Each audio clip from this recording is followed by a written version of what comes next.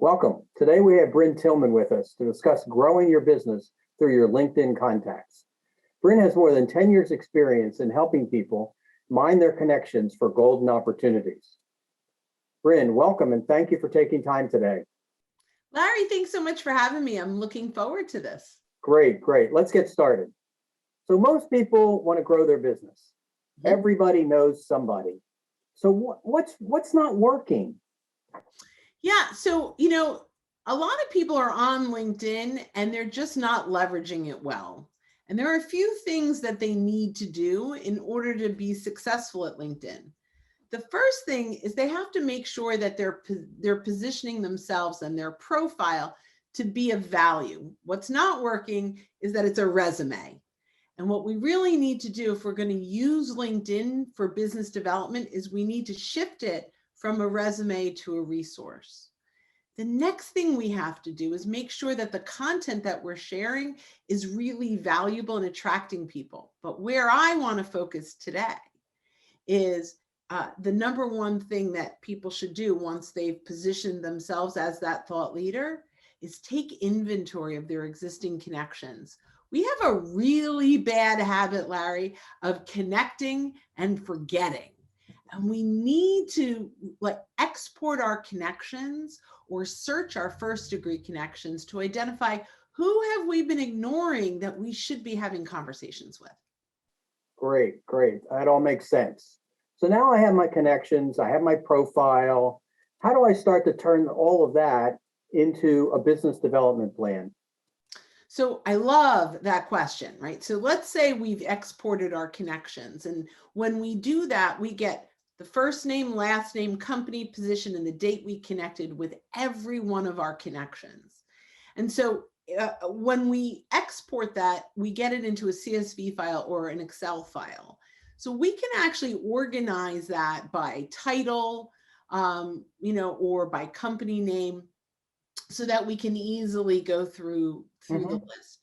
But whatever we do, I highly recommend that we stick in a left-hand column in that file and go through and mark the folks one of four things. So client or past client, networking partner, center of influence, and prospect, right? Okay. Oh, we could add a 5 if we want, which would be community leader potentially. Right.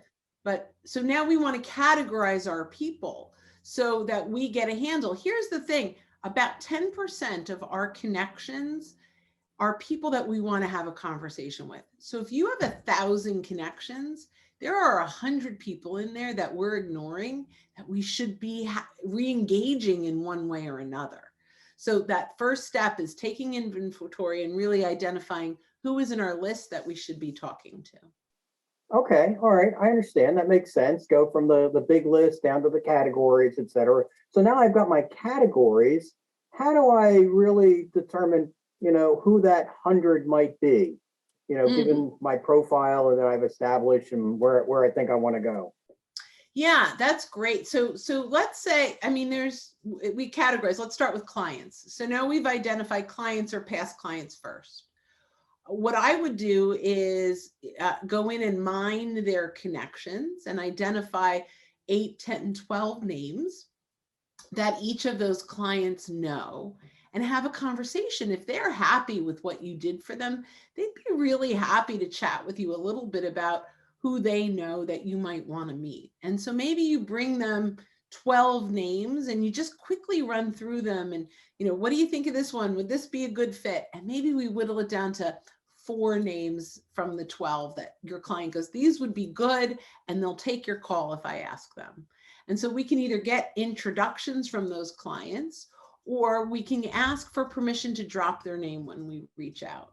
And so that's great with clients. That's also really good with our referral partners and our centers of influence as well. So I definitely think that that's, the first step in putting a plan together. Great. I can see a plan starting to take shape there. So when you mentioned referral partners, what would distinguish a referral partner from any of these other contacts that we've categorized as you described? Yeah, that's a great question. So I look at a referral partner as an ongoing relationship with someone who is selling to a similar or same client, but is not a competitor. So this is, potentially a vendor who is working with your ideal client in a different way. And when you build these strong relationships, it's like fishing with a net instead of fishing with a pole, right? So when you're out there prospecting, it's like, one at a time. Right. But when you build relationships with these referral partners, it's like fishing with a net. You'll have, a steady flow of referrals.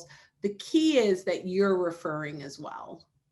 Great, great. Well, thank you. I really see a plan starting to take shape. I've got my profiles redone. I've got my inventory refreshed.